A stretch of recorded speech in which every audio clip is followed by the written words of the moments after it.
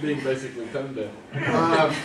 No, I think, I was trying to think of songs that had, I mean, the Civil Rights Movement, it wasn't necessarily the text or the lyrics, but their ability to recreate community, I think, made a difference. I've always argued you could tell who won the Civil War if you just listened to Dixie and the Battle Hymn of the Republic. But I'm not sure either one of them calls that. So the gelling works, I think, better than anything else. Well, but when I start thinking about, you know, I'm looking at this from the creative side of sometimes I write music, and I remember that famous scene in a movie called Wag the Dog. Oh, yeah. Where Willie Nelson, they need a song. So what do you want it to be about? Okay.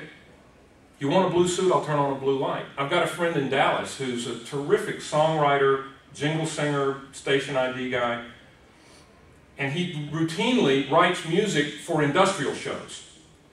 And he's got a bunch of this stuff in his file. So he gets a call, say, from Tupperware. They're going to have an industrial show, and they say, look, we've got this great new product. We've really got to sell it to the people who are going to be there at the industrial show.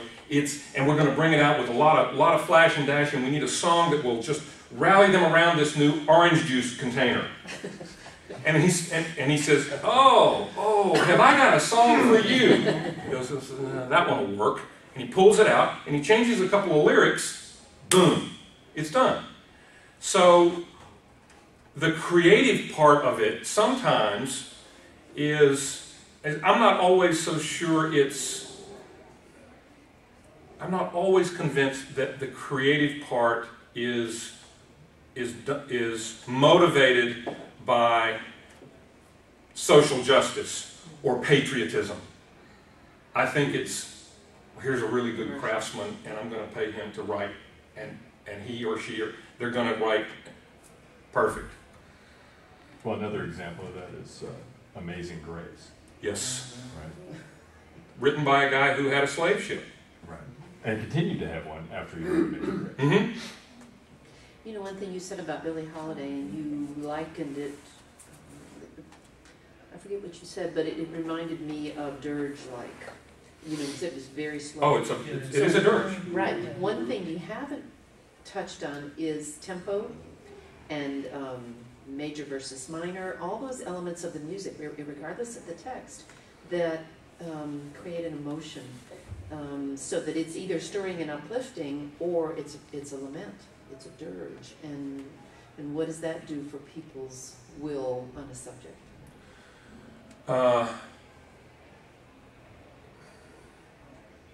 Good question, Karen. That's a great question. Jeff, you're a composer. How do you approach that? When you write a piece of music, do you think of it in programmatic terms? When I write music, some music is you write for an audience of one. Mm-hmm. You know, you're trying to reach one listener at a time. Other music is written for mass audiences, and you have to speak a different vernacular when you're trying to write an anthem. You know, if you're Schubert and you're writing about your own individual alienation, you know, you write a certain kind of music in Winterreise about one guy who's completely alienated and oppressed. You know, on the other hand, if you're Beethoven and you want to write an anthem for the entire Age of Enlightenment, you write the Ode to Joy, and that's an entirely different rhetoric. And so, you know, one is going to be minor and slow, and one's going to be major and uplifting. Yeah, or adapt itself to a number of different settings. So you can have a slow meditative section, and then a declamatory section, and then you get, you know, it ramps up again for the big finish. You're going to need a neutral carrier almost. Right, and the ramping up, and the way we can change these things, it's a bag of tricks, or in my case, a bag of trick. Where if you want to really ramp people, I did one. Byron called me to do. He was working at Purdue. He was doing a concert at Purdue University. He said, "Man, I need something that's going to make people give money. It's a scholarship concert." He said, "You really got to write me a flag waiver." So it's Byron Stripling, this wonderful trumpet player. He says, "We've got an orchestra, we've got a concert choir, we've got a gospel choir." So I wrote a medley of Amazing Grace and America the Beautiful. And I mean, I pulled out all the stops. And those stops are You got to have modulation. Yeah. Very nice. Yeah. Suspended cymbal rolls. Yeah. Harp, we call it harp vomit. It's harp voices. That's what the arrangers call it. You know, when you get the harpist to do this, they hate to do it because it tears up their fingers. But and and let You the threaten to shoot a dog at the end.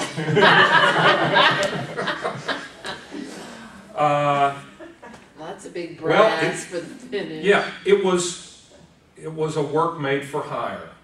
It was not anything I would have. Whereas I wrote an arrangement of an old Christmas carol. This is years ago. I wrote an orchestra chart on it without the hope of getting it played, and somehow it's gotten played 2 or 3 times. I wrote it on Still, Still, Still. And what I was trying to do was use the melody of Still, Still, Still as, without being too theological here, although this is sponsored by a church, so I guess that's okay. I thought about what it must have been like for the Virgin Mary to go through childbirth on that special Christmas Eve. This was her first child. She was young. She didn't know what she was going through. She had to be scared to death. So part of the piece was, I said it in a way that would cause anxiety and concern, and specifically you do that by using half diminished chords that move up in minor thirds. And it's an old film scoring trick, and it works every single time. And it kept going back and forth between that kind of section and the melody. And the melody was the angel saying, look, don't worry, everything's going to be fine. Still, still, still. And I wrote that one without any commission. I just wanted to see what I could do. I enjoyed writing it. The other thing for Byron was, here it is. I don't want to hear it ever again. Please send me my money, the invoice.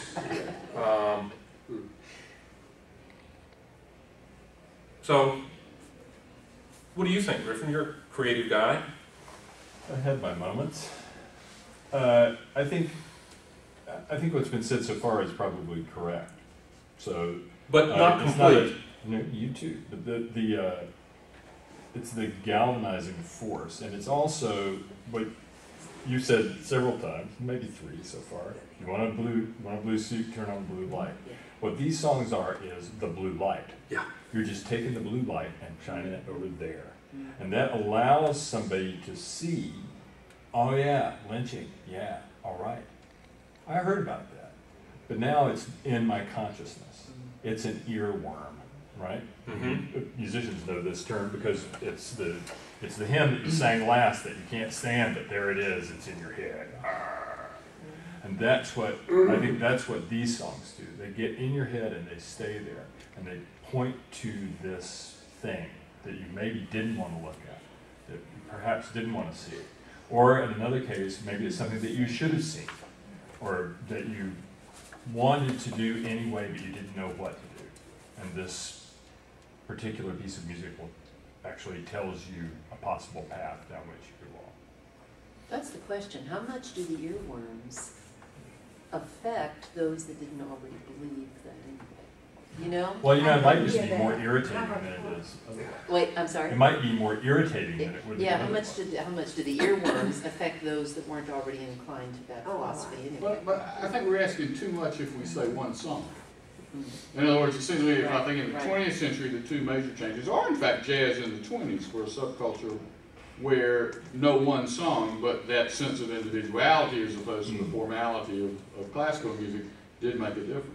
Or the really fascinating example is rock and roll in the 50s, which does it both ways. I think that does in fact help transform a youth culture that wouldn't have been transformed otherwise.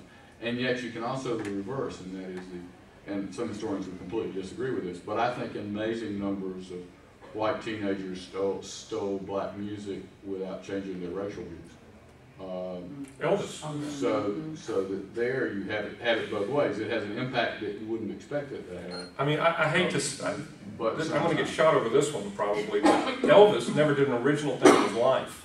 He was a really great singer, and he